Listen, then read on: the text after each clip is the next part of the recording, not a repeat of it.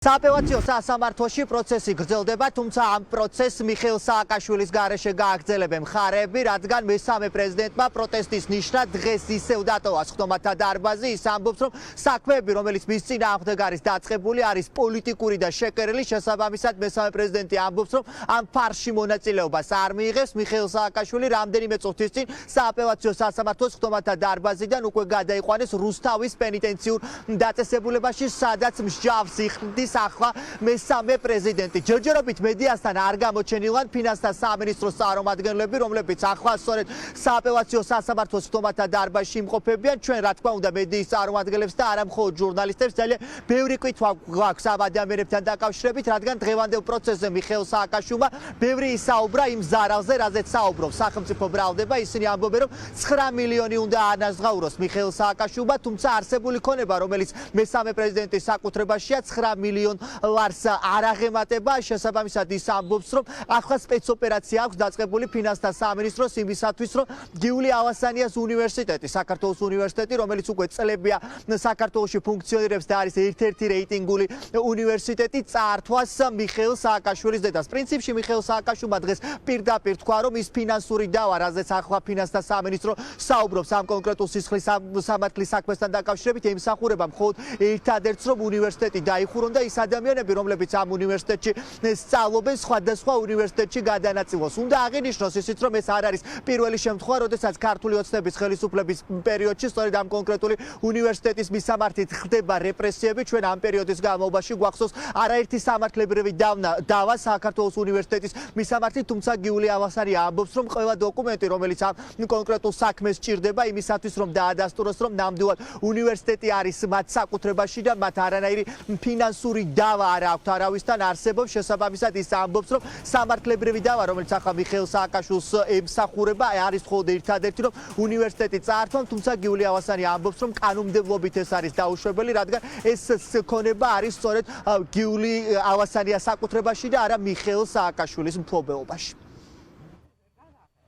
არანაირი კავშირი ამ ჩემი შვილის საქმიანობასთან ეს უნივერსიტეტი არ ყოფილა და არ არის და ყველაფერზე იცით არსებობს საბუთები უნივერსიტეტს თავისი ბუღალტერია, თავისი დოკუმენტაცია. მე არ ვიცი რა კანონითაც მე მგონია შეუძლებელია. ამიტომ ბოლომდე ყველაფერი არის აბსურდი და უნივერსიტეტი არანაირ კავშირში ამ კანონის მიხედვით, რომელიც დღეს არსებობს, გამორიცხულია.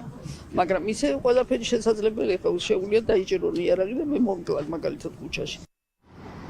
სააპელაციო სასამართლოში მიმდინარე პროცესს დღეს ესწრებოდნენ მიხეილ სააკაშვილის პარტიის წარმომადგენლები, ლიდერები და მათი მხარდამჭერები, რომლებმაც დღეს კიდევ ერთხელ გაიხსენეს ქართული ოცნების ის ყოფილი მაღალჩინოსნები, რომლებიც ახლა საპატიმრო დაწესებულებაში იმყოფებიან და მათ შეადარეს ეს საქმე ირაკლი ღარიბაშვილის საქმეს, რადგან აქ მყოფი ადამიანები, რომლებიც დღევანდელ პროცესს ესწრებოდნენ, ნათლად ამბობდნენ იმას, რომ მაშინ როდესაც ირაკლი ღარიბაშვილის საცხოვრებელი სახლიდან მილიონობით ლარი ამოიღეს და მათ შორის იყო ოქროსოდები, მსგავსი ნივთმტკიცებულება მიხეილ სააკაშვილის საქმეში არ დევს. შესაბამისად ისინი ამბობენ, რომ ეს ყველა მაგალითი, რომელიც ქართული ოცნების ყოფილ მაღალჩინოსნებს უკავშირდება და მათ კორუფციულ გარიგებებს, მეტყველებს მხოლოდ და მხოლოდ იმაზე, რომ მიხეილ სააკაშვილის საქმე მის წინააღმდეგ არის გამოგონიშნული.